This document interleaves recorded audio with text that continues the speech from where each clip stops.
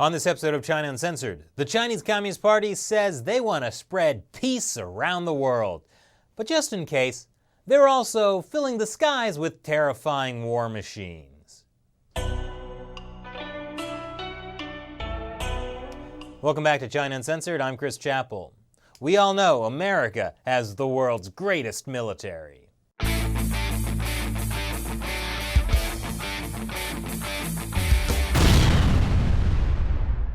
But I've got some bad news for you, or good news depending on which country you're living in, because the Chinese military is catching up fast. So get ready to have your hopes for a peaceful world dashed as we bring you 5 deadly Chinese military aircraft. Number 5, the Harbin Z-19 Chinese attack helicopter. With the top speed of 174 miles per hour, it may not be fast, but it sure is furious. The Z-19 started life as a French helicopter for search and rescue and medevac. It was built under license by China's Harbin Aircraft Manufacturing Corporation. But then they added armor plating, a bunch of guns, and a mean-looking paint job, and voila! One terrifying Harbin Z-19 copter ready for battle. The base model includes air-to-ground guided missiles and rocket projectiles, and it packs a special surprise. The crash-proof seats are equipped with bulletproof armor. The oil tank is also crash-proof and designed to seal itself off once attacked. Wait, so if you shoot at it, the gas tank shuts off and what? The helicopter falls out of the sky? What do? These helicopters are designed to be exported to other countries. Oh, I get it. Cellcopters that fall out of the sky to rival countries. Now that's a clever way to win a war. Anyway, all I can say is, before you buy, get that fuel tank cutoff thing checked out. Number 4, the J-15 Flying Shark. While the Z-19 is a licensed copy of a French helicopter, the Shenyang J-15 Flying Shark is a totally unlicensed knockoff of the Russian Su-33. The Russians say China stole their design and were so upset that they broke off talks to sell dozens of the Su-33 aircraft to the Chinese Air Force. And you know your relationship is on the rocks when even the Russians refuse to sell weapons to you. Chinese designers of the Flying Shark say any similarity is totally a coincidence. And they're quick to point out that the Flying Shark is way better. It's a lot faster, has longer range, and can fly higher. The J-15 is what's called an air superiority fighter jet. It's designed for air-to-air combat. Plus, it's great at taking off and landing from an aircraft carrier. And China is the proud owner of one single fully operational carrier called the Liaoning. So now you know where to find the entire fleet of 24 Flying Sharks. Yes, all in one convenient location. Number 3, the Chengdu J-10. Now China might have only one working aircraft carrier, but you know what they've got lots of? Vigorous dragons. Yep, that's the code name for the Chengdu J-10. The Chinese military has about 240 of them in service. And while this dragon looks more sleepy than vigorous, don't be fooled.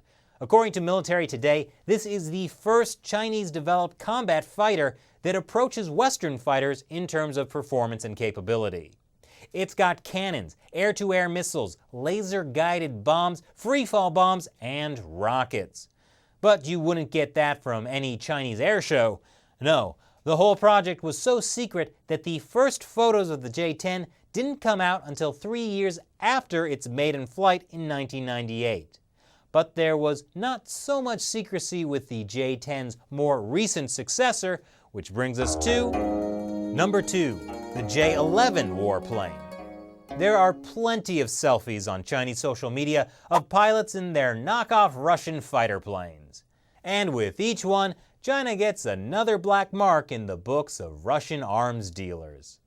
According to the National Interest, China started out by making a fully authorized copy of Russia's top-shelf Sukhoi Su-27 multi-role fighter, the plane that challenged the legendary twin-engine F-15. But then China ducked out of their contract with Russia, reverse-engineered the Sukhoi Su-27, and made their own souped-up version. They call it the J-11. Then a whole alphabet soup of J-11s followed, like the J-11B, the J-11D, and the J-11BS. I'm not making that last one up. Anyway, the J-11 based aircraft are the spearhead of the Chinese regime's efforts to make long-range fighters that can contest the seas around China. And that brings us to number 1, the J-20 Stealth Multi-Purpose Fighter. The J-20 Stealth, according to state-run media, is China's most advanced stealth fighter. Well, technically, with its massive fuel tanks, it's more of a long-range interceptor. So while it would probably lose in a Top Gun-style dogfight against a US F-22 or F-35 stealth fighter, it's perfect for attacking defenseless stratotankers, the aerial fueling stations that those smaller, scrappier fighter jets are pretty much dependent on.